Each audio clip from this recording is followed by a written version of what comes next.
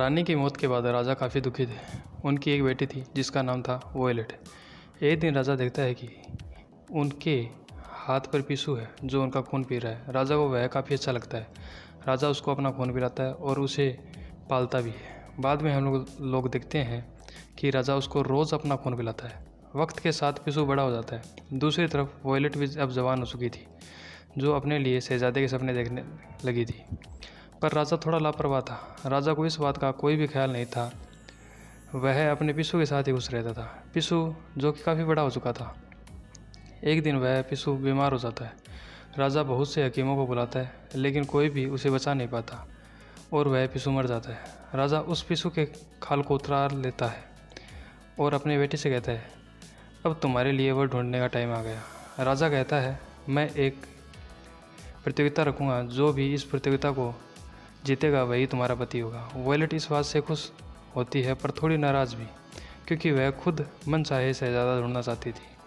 लेकिन फिर भी वह अपने पिता की बात मान लेती है। राजा पूरे किंगडम में अपनी बेटी के स्वयंवर का ऐलान करा देता है और अपने महल में उस पिस्सू की खाल को लटका देता है। राजा कहता है, जो भी यह बताएगा यह किस जानवर की खाल है, वह वोयलेट को जीत पाएगा।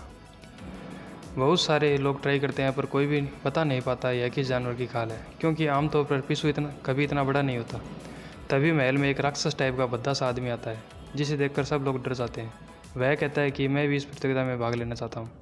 राजा उसे भी परमिशन दे देता है, क्योंकि राजा को लगता है कोई भी यह नहीं बता सकता कि यह किस जानवर की खाल है। लेकिन वह आदमी सूंघ कर यह बता देता है कि यह किस जानवर की खाल है। यह सुनकर राजा चकरा जाता है और वहीं वोयलेट यह सुनकर वहाँ से भाग जाती है और छत से कूद कर सुसाइड करने की कोशिश करती है।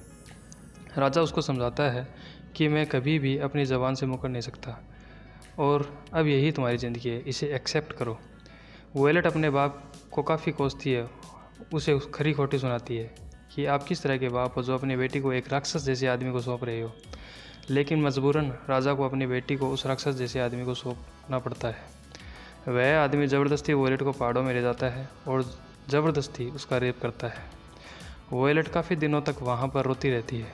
एक दिन वह आदमी जब शिकार पर जाता है तो वोयलेट वहाँ से बाहर निकलकर एक दूसरी पार्टी पर एक महिला को देखती है। वोयलेट उससे मदद की मांगती है और कहती है कि वह एक शहजादी है और इस शैतान ने उसे यहाँ पे कैद कर रखा है। लेकिन वोयलेट उस औरत से काफ़ी दूर थी। मदद करे भी तो कैसे? वह औरत अपने बेटों को बुलाती है और रस्सी के सहारे वोयलेट की मदद करते हैं। अचानक से वह शैतान वहाँ आ जाता है और रस्सी के सहारे उनकी तरफ बढ़ने लगता है। वह लोग रस्सी को काट देते हैं और शैतान जो है वो पहाड़ी से नीचे गिर जाता है, पर वह किसी तरह से बच जाता है और रास्ते में इन पर हमला कर देता है। वह शैतान वोयलेट के अलावा सबको मार डालता है और अब वह वोयलेट को भी मारने वाला था, लेकिन वोयलेट उसे गले लगा लेती है, जिससे उसका गुस्सा ख़त्म हो जाता है।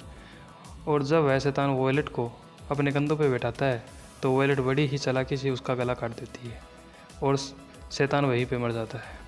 वोयलेट शैतान का कटा हुआ गला लेकर अपने किंगडम में चली जाती है, जहाँ पर उसके पिता पिस्सू के मर जाने के गम में बीमार।